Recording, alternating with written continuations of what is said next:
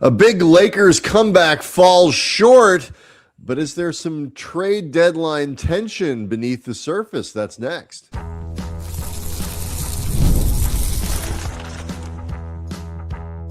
You are Locked On Lakers, your daily Los Angeles Lakers podcast, part of the Locked On Podcast Network, your team every day. Thanks to everybody for making Locked On Lakers first listen of every day, Monday through Friday, no matter how or where you get your podcasts, Spotify, Apple, maybe you're one of the 37,000 subscribers who are watching Locked On Lakers on YouTube. No matter how you do it, you're part of making the Locked On Podcast Network, the number one sports podcast network in this or any other known universe. I'm Brian Kamenetsky. He's Andy Kamenetsky. We've covered the Lakers for about 20 years now with ESPN, with the LA Times, with The Athletic, and this game the Lakers played against the Clippers was one you could tell that there was some intensity there. It was a game both teams were taking seriously, and it looked for a while, Andy, like it was going to be one that the Clippers were going to run away with and like keep running and run some more up by as much as 26 in the third quarter. But Lakers made it into a game, ultimately fall short 112-104, but at the very least leave everybody with a better taste in their mouths than they otherwise might have. Yeah, I'm actually going to disagree with you on part of what you said. It felt like a game that both teams were really treating with intensity, but I think it really took the second half for the Lakers to match what the Clippers were doing in the first half and throughout this game. Well, I would agree with that. Well, it reached a point, and we're going to end up talking about this, where Dwayne Wade, who was one of the guys calling the game, it's a prime game for Amazon, but and side note, Wade is awesome on these calls. The entire Amazon crew is really really good. It's a good group. But Wade actually wondered if the ESPN report that dropped on Wednesday, talking about not just the tension and the Buss family drama that eventually led to the sale of the team and Jeannie Buss seemingly on the outs on varying levels with all of her siblings, but also tension between Jeannie Buss and LeBron, Rich Paul, Clutch.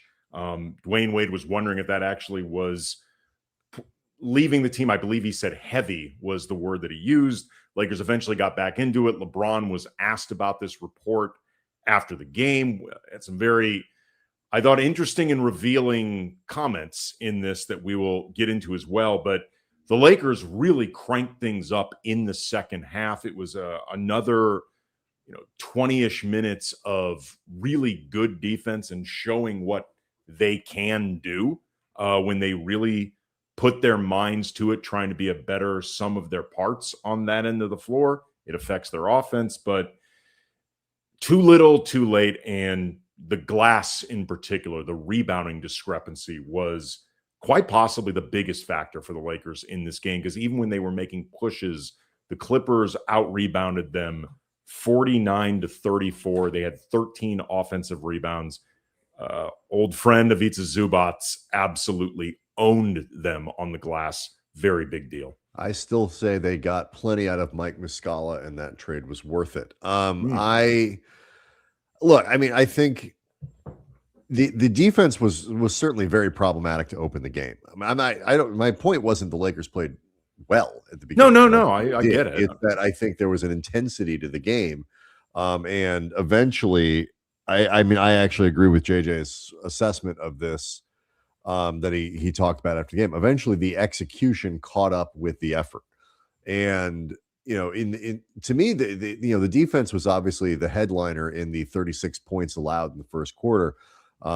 Again, they allow a team to get off to a good start. Again, it's a combination of too many breakdowns, too many easy shots, which I think help teams when they have to make the harder ones. Like, you have a nice rhythm because you've gotten a couple layups, because you've gotten a couple dunks, because everybody's touching the ball and it feels good and all that stuff. So when you actually do play better defense and the effort is the execution is better, the offense that you're playing against is more likely to hit those tougher ones because they're already in a good rhythm. The second quarter to me is where obviously things really started to get away from the Lakers, and that was one that they went into one of these prolonged offensive ruts where they just could not get anything going. They couldn't make the open shots they had, and they couldn't generate a lot of good shots. They only scored 18 points in the second quarter, and I continue to believe that the quality of their defense is in ways sort of both psychological and kind of functional. It is dependent on what they're doing on the other end. And when they collapse offensively, it becomes really hard for them to be able to compete defensively. And that second quarter was a collapse. Yeah, I mean, it was a collapse defensively in the first quarter, a collapse offensively in the second quarter. It was really interesting. Kawhi Leonard had 14 points on 6 of 9 shooting in the first half. They did a much better job on Kawhi, like they did a better job on basically everybody in the second half. But the first half, Kawhi was absolutely cooking them. And you really saw how a player like James Harden can just control a game even when things are at times choppy for him. He had 10 points on 4 of 13 shooting in the first half, 8 assists against 4 turnovers. But there were times where he just took things over in that first half. He would collapse the defense. He'd draw attention. He would allow for Zubats, among other guys, to clean up a lot of messes, get second chance points. The Lakers allowed, I believe, 33 points in the paint to the Clippers in the first half. And you are correct that the offense can often dictate the defensive intensity, not just in the sense of makes and, preventing teams from just running on them, off misses and things like that. And just the general, it gets to be a drag if you're not scoring. The game is less fun if you're not scoring. It's less fun, it's less fun, but it's also it's more difficult. Yes, like you put so much pressure on your defense to be perfect against a team that I know Lakers fans were relishing the moments of not much more than a month ago when the Clippers were 6-21 and it looked like the bottom had completely dropped out of this season. But since then, so yes, this goes down as a loss against a sub 500 team. Since then, since they were 6-21, the Clippers have been, easily one of the best teams in basketball. And of course, Kawhi Leonard came back for this game after missing a few. Of course, that is just clockwork, inevitable death taxes and dudes playing against the Lakers. Right. And, he missed a few games, but like overall, this Clippers team, which, won a couple games without Kawhi anyway, they've been really good. So this should be treated as a matchup against one of the, Western Conference, I don't know if you call them powerhouse or whatever, but somewhere in that echelon that most people thought they were going to be last year when they were, I believe, a 4 seed or a 3 seed, I forget. But they won one more game last year than the Lakers did. So this was a team that was expected to be good, were awful to start the season, just catastrophic. And since then have turned it around. It is pretty clear now that they're going to finish somewhere in the top 10 and they're going to be a nightmare play-in team. So one more reason for the Lakers to stay in the top 6. It's just like the inconsistent. It's not, look, Luka had a tough night. It was, a very inefficient night for Luka. Overall, he was 11 of 27 from the floor, 3 of 13 from 3-point range. LeBron was including a 3 down the stretch that nobody could believe he didn't take. That was weird. I think the Lakers had pushed their comeback to all the way. They were down 26 and they got it down in the fourth quarter all the way down to 2. The Clippers go on, I believe it was a 7-0 run from there. The Lakers, it seemed like, okay, all right, the comeback's done. And they got it back to within 6. And then and a chance to cut it to 3 after a great steal from Jared Vanderbilt off an inbound pass. Vando was great. Nick Batum. Vanderbilt played probably the best second half, like sort of sustained contributions, it was as good as anything he's done all year. Luka, inexplicably, I think he thought James Harden was right on his back and would have, but for a guy who's never seems to be shy about hoisting a three, he eventually three. Like, he took a lot of bad threes in this game. Like, this was actually a good three, a good and needed three that ironically it cost them both time, and then eventually, 6 or 7 seconds later, 8 seconds later, the ball did get back around to him. He missed the shot, and that was functionally the game. So it was. There are things that you could look at. LeBron, the first half was pretty brutal. He was not. No, I mean the whole team in the first half was pretty brutal. No, but I'm just saying you would look at LeBron's overall line. Like, his second half was much better. LeBron much better. Was very instrumental in the second half surge that got the Lakers back into this game, just contextually, so people understand it. And you look at 23 points on 9 of 19, and you think overall pretty solid, efficient game. LeBron in the first half was really struggling to make shots. Whole team to find a bucket was just, especially again in that second quarter. So we'll look at kind of what maybe you could take away from this that is positive as the Lakers now head out for 6 real road games for the Grammy trip, and some very interesting post-game comments from both JJ Redick and LeBron James. Get to it next.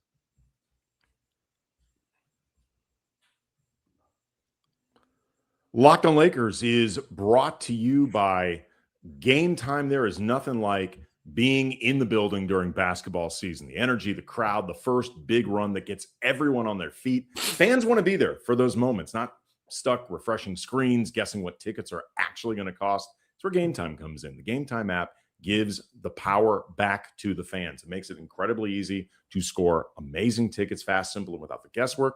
Browsing the Game Time app is straightforward and intuitive. Finding tickets takes just a few taps. Prices include the fees up front, so you know exactly from the start what the total is going to be. It is crystal clear. There's nothing sneaky about the way the Game Time app operates. Whether it's an NBA game or another live event, everything is right there in one place. So take the guesswork out of buying tickets with Game Time. Download the Game Time app, create an account, use the code LOCKEDONNBA. That's LOCKEDONNBA for $20 off your first purchase. Download the Game Time app today. Get in on the action.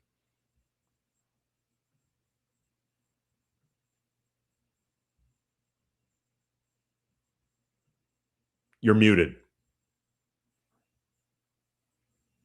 Quick reminder for people about the Everydayer Club. It is a chance to get even closer to fellow Locked On Lakers listeners. You are able to join the Locked On Lakers Discord chat and talk to each other, talk to us. We'll pull things from that Discord and use it on the show, all that good stuff. And it also lets you have an opportunity to get the show without advertising. So I know that is something else that is appealing to a lot of folks. You do this by going you can check out the show notes.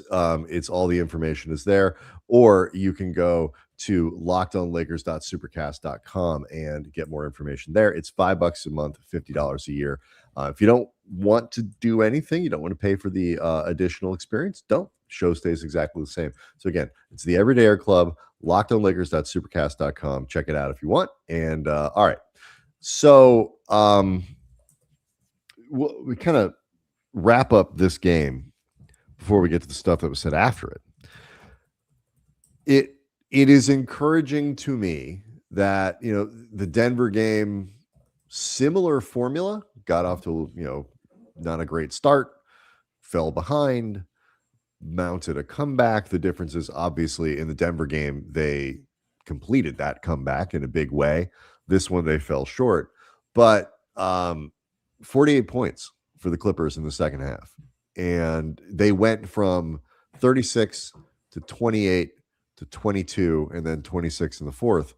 Even the 28-point quarter, Andy, in the modern NBA is not a killer. Like, that's not great, but it's not awful. You can work with that.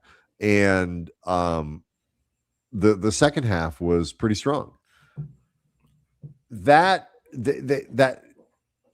if they can find ways to just be more consistent with their defensive execution over 48 minutes, they'll be okay. To me, that's really where it is. It's like there's just too many breakdowns that seem to come in like 5 or 8 minute stretches where they somehow get completely out of sorts and can't get it back.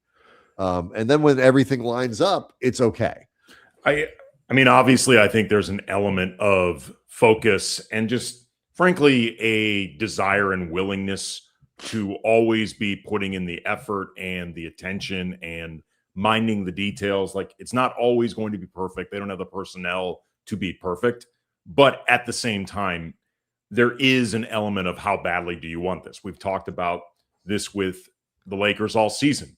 They are a good but not great team, and their weaknesses are obvious and super exploitable. So their ability to offset those weaknesses or paper over them as much as possible, a lot of it comes down to how badly do you actually want to do it? And it's often hard. It's not particularly fun. It requires guys to at times play out of sort of character in terms of who they, how they've gotten this far in the NBA, like whatever, but it's sort of the deal. This is what it is. But what I think is also interesting, though, and this gets into some of the comments JJ said after the game, the way that their offense can dictate their defense. JJ talked about, he mentioned a few times, a lack of passing that he thought really hurt the team, not just in terms of its offensive execution, but also defensively. And I believe what he meant beyond just, if you're not passing, it can sometimes lead to either bad shots or turnovers that put the team in transition, scramble the defense, all that stuff. The less guys touch the ball, the less engaged they feel in the game in all facets, and it can bleed into their engagement defensively. Yep. Shouldn't be this way, but this is the way the world works. This is the way human nature works. Right. Nothing about this is unique to the Lakers. No, not at all. But they have to make sure that individually everybody's doing the things, including the onus to remain engaged on both sides of the ball. But they also need to make sure that, in particular, Luka and LeBron, because they're the guys who have the ball the most, that they are keeping guys engaged. JJ said himself, it starts with Luka. Luka has the ball the most, but LeBron falls into this. Austin will when he comes back. I think Marcus Smart, to a certain degree, can fall into this as well. Like, you need to make sure everybody feels involved, because the more involved they feel on offense, whether because it bleeds into the defense or, as JJ noted, it could make them feel comfortable about their impending free agency or their place on the team as we get closer to the trade deadline, the psychology matters. Yeah, and you're getting to JJ was asked about sort of the trade deadline. This is a line of questioning that starts to come up every year around this time. We're about 2 weeks away from the deadline. Lakers, of course, have 11 billion expiring contracts, and a lot of guys who theoretically could be moved. The Lakers make a move. Basically, anybody who's not Luka, LeBron, AR, and some guys who are just really, really hard to trade. Vando feels safe. I mean, he's been playing really well, but right, for one, he's got a longer term deal. One reason or another, guys are hard to trade. Everybody else is sort of fair game. And JJ was asked broadly about this time of year and guys kind of getting worried about the deadline and needing to get shots and feeling comfortable and security and all that kind of stuff. Kind of made an offhand joke, and then about selfishness that certainly got me to lean forward on my couch when I was watching. Like, oh, was he talking about his team? And JJ has a habit of, when he's angry after a game, saying things that he shouldn't. And the first part of that was a few weeks ago. Everybody remembers I forget who they played. It was but that was the famous. It's going to be uncomfortable. That was after the Houston loss on Christmas. Okay, yes. It's going to get uncomfortable around here. We're not going to do this for another 50 games. And everybody was waiting for some sort of scorched earth thing, and JJ had to walk it back because it wasn't. That was him in the moment expressing frustration, and that wasn't a strategic coaching decision. This is how I'm going to handle my team. This wasn't that, but what it was an offhanded comment that in that little moment he kind of let the guard down and said something kind of revealing. He tried to walk it back by asking, are you speaking broadly about it, specifically about my team, whatever it might be? And the reporter said, either. Dave McMenamin from ESPN followed up and is like, just to be specific, are you talking about your team or generally when you're talking about selfishness, perhaps having some or concern, if you want to frame it in a nicer way than selfishness, guys being concerned about their own situations and their own careers at a tension-filled time of year, is that hurting your team? Dave asked him that more specifically. JJ said, no, I was speaking more generally, but even in that, the way he said it made it pretty clear that he realized he said the wrong thing before. Yeah, so it's funny. It is indicating that, that this time of year is having an impact on what they're doing. Look, I mean, we covered LeBron's first year with the Lakers that had, those rumors of basically everybody not named LeBron or James, or I guess KCP. He was pretty safe as part of the Clutch Familia. But basically everybody was potentially on the block. That was the season where in Indiana, Brandon Ingram was at the line and the crowd started chanting, LeBron's going to trade you. Yeah. And even Rajon Rondo, who, had been around in the league for a while, traded a few times, even said, like, look, this is disruptive, even for a guy like me. Like, you are wondering, I think Rondo was reasonably safe, but you never know if he might be needed to balance a salary or whatever. Like, it's tense for anybody who, look, I was about to say anybody who's pretty confident they won't get traded, but you know who was pretty confident last January he wouldn't get traded? Luka Doncic. And yeah. He's here. Anthony Davis, pretty confident he wasn't getting traded.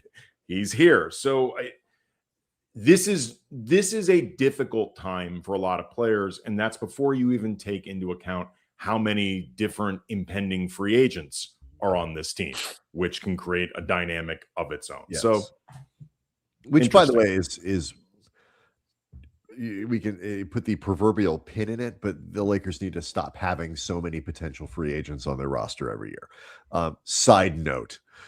So that is something to watch as the Lakers head out on the road. Like, what do the rumors look like? I happen to think the Lakers are going to have a tough time buying or selling because all of these players that we're talking about, these contracts that we're talking about, are going to be a challenge to move. But regardless of what the strategy is you're trying to execute, but it still is going to have an effect on them until the trade deadline is passed. The other thing that was eyebrow raising was LeBron's response to this portion of the story written by Baxter Holmes on ESPN. It was mostly about Buss family drama and what led to the sale, but also included some reporting that the Lakers management was resentful of the perception that LeBron had saved the franchise. We'll get to some of that next.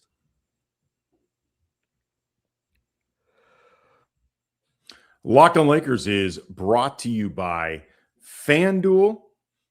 Fridays, they already feel different during basketball season. FanDuel is making them feel even better. Friday night, every Friday night before the games tip off, FanDuel gives fans a new way to kick off the weekend with NBA Happy Hour. NBA Happy Hour is your official pregame, a limited time window where special offers drop right inside the FanDuel app before the action starts. Fridays between 6 to 7:30 p.m. Eastern, they become appointment viewing with NBA Happy Hour. Opening the FanDuel app during happy hour always brings something new, whether boosts, bonuses, surprises. It's easy to check the weekly special before tip-off, make a move before the window closes. So before tip-off, check the FanDuel app, see what's dropping during NBA Happy Hour every Friday from 6 to 7:30 p.m. Eastern. Little basketball, little action, a whole lot of Friday energy. That's NBA Happy Hour only on FanDuel, the official sportsbook partner of the NBA. Do want to remind people quickly that today's episode is brought to you by Game Time. Download the Game Time app, create an account, use the code LOCKEDONNBA for $20 off your first purchase. You look, every day that kind of goes by, you sort of feel like, I don't know if we're maybe reaching a sort of natural end to LeBron's time in LA. I don't think it's a guarantee that he doesn't come back next year. As we talked about in the show for Thursday, there are a lot of live scenarios in which it simply is just mutually beneficial for him to have another year here, where the Lakers can't really replace him. LeBron doesn't really have anywhere to go that is appealing to him, and everybody can kind of agree on a number and an arrangement that makes sense. There's also a lot of scenarios where he leaves. But does hearing him discuss this thing, this portion of Baxter's report, that indicates some resentfulness from management, some tension, whatever it might be, hearing him talk about that, he spent about 5 minutes kind of working his way around. And while he never said, oh yeah, we've got some problems, or it's not good, or it could be better, or whatever it might be, he didn't exactly say, it's Rich Paul, for example, was like, it's been, very professional, really great, very supportive since we got here. No complaints. Rich Paul squashed it as much as he could.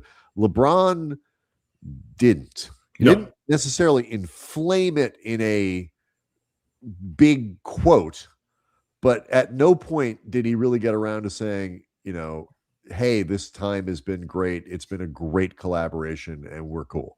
No, he never really did that at all. It actually, he had multiple opportunities. He was asked specifically about the relationship between him and Jeannie Buss, and are things okay with you guys? His immediate response was to talk about that he doesn't give a bleep about articles, which, whether true, not true, could be true depending on what the article is, who wrote it, what's said in it, whatever. What that isn't is a confirmation that I don't know what the hell they're talking about. The relationship between me and Jeannie is great. I don't know where people are getting this. He eventually got around to saying that, thinks it's fine, but he also respectful, said, it's all these things like whatever. It took some winding to get there. He at one point said, I thought it was good, but somebody else could see it the other way.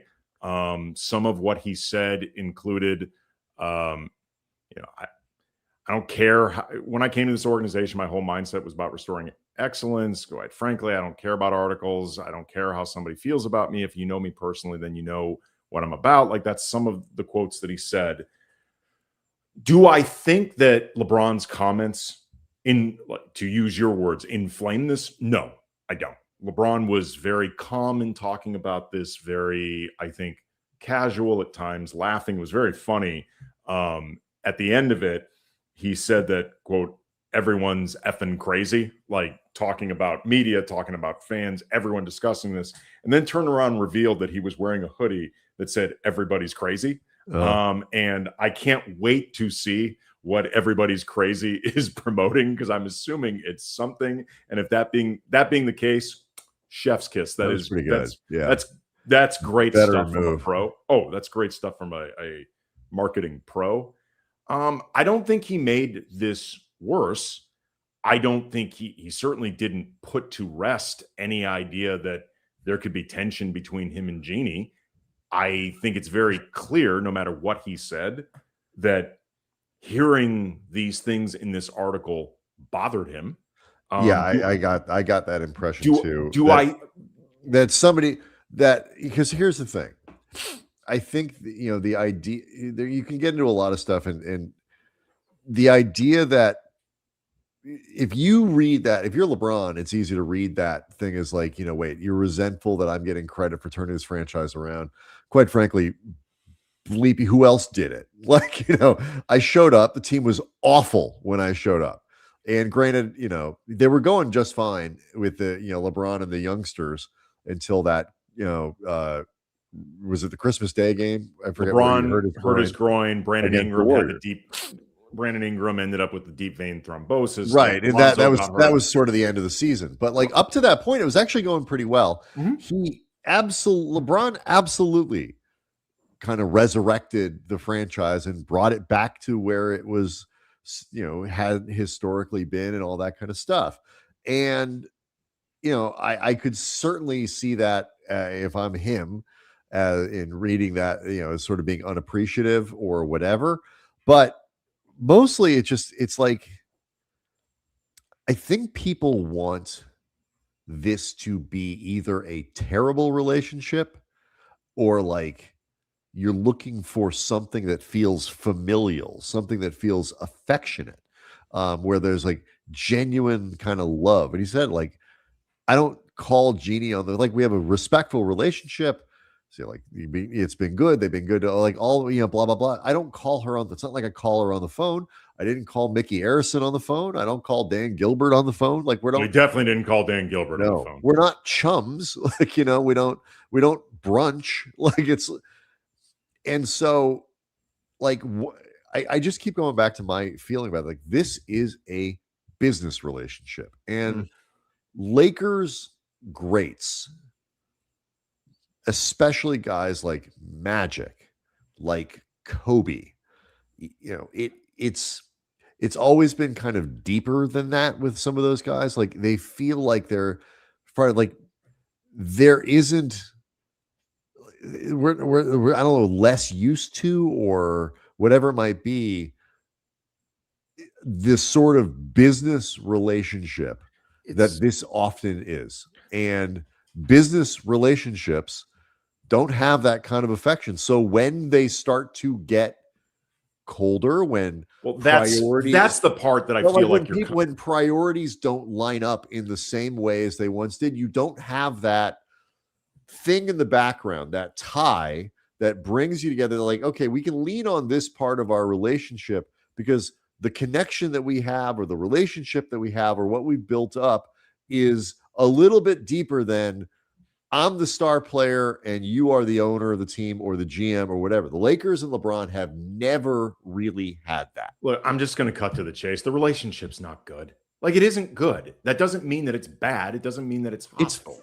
It's fine. But it's not good. There's been tension between Jeannie and that faction, LeBron and that faction for a couple years. Like it's not good. Not good doesn't mean necessarily about to become something terrible that blows up and becomes a big problem, but it's not good. It's frankly run its course. I talked about that during Thursday's show. And when we were reacting directly to the reports, not only do I think it's run its course, I think it's run its course for a few years. And it's like a marriage of convenience where neither side has had a particularly better option. And neither one has been willing to just go at it on their own. But it's not a great relationship right now. I don't. Sure. I don't know how much that, I mean, the thing about it is, but that's what I'm getting. I don't know how much that matters. I think it, as long as things don't start becoming very clearly ugly between the two sides, I don't think it matters that much because I've said it many times. I'll say it again. It's only destined to go on for so much longer anyway. LeBron's 41 years old. How much longer do you expect him to play for this organization, particularly when you've got a new star in his prime and you need to be building forward looking? I mean, but the only reason I make the distinction is because when you say it's not good, and I agree with that. I mean, it's not like a close. I think there's a difference between business-like from the way this thing began, and I think it was more of a healthy transactional type thing where there's certainly a lot more enthusiasm. I think everybody was more on the same page of what they wanted from this thing as time is going on. time has gone on, both sides have gotten less from it that they wanted. Right. I just, the distinction that matters to me is that, and you're saying it, I'm not saying it, but that when you say it's not good, people automatically jump to, oh, it's bad, it's problematic, it's whatever. That's why I clarified that right. it isn't. It is, I hate the expression, it kind of is what it is. Sure. And everybody is professional enough to go do their jobs. It's just reaching, it feels like both sides are really sick of each other. Like, it's really obvious. They're both sick of each other. It's been obvious that way for a while. Again, that doesn't mean that it has to turn into the end of Kobe and Shaq, where it just melted down in the ugliest ways possible. I don't think that's going to happen, because frankly, I don't even think the stakes are high enough at this point for that to happen. But but I do think, the idea of resenting LeBron being seen as the savior, there's an element, I think, that's of that feeling that probably comes in part from LeBron seeming like kind of a transactional mercenary in their eyes, and frankly, the eyes of a lot of fans. But also, too, Jeannie and Rob, I think in their minds, and I think accurately, have never really gotten any credit for what LeBron brought anyway, because LeBron, I think also accurately, is seen as having showed up here for reasons that did not involve Jeannie and Rob in the slightest. Oh, nothing. The championship that they won is a very unusual one. Unusual is not asterisk, but it's unusual, and it has not been celebrated in the way that things normally do. Anthony Davis is not seen, part of the LeBron era is not seen as the crown, the feather in Rob Pelinka's cap, because he's not seen as having done anything to bring him in, even Luka. So I think all of this stuff, the way things have played out, can also lend to the idea of resentment, because it's like LeBron is seen as having done everything on his own in their mind. They don't like LeBron was the first part of his answer about why it came here, bringing back the Lakers. It showed a deep affection and appreciation for the place the Lakers have in history. But to your point, at no point was it like, and I wanted to work with that family management, the Bus family. It was all about the Lakers brand and the history and all these other things. Anyway, Lakers heading out on the road for the rest of the Grammy trip. It's going to be tough. Of course, we will be here to help break all of it down. Locked On Lakers on YouTube is where you can hang out with over 37,000 subscribers. We'll see everyone tomorrow.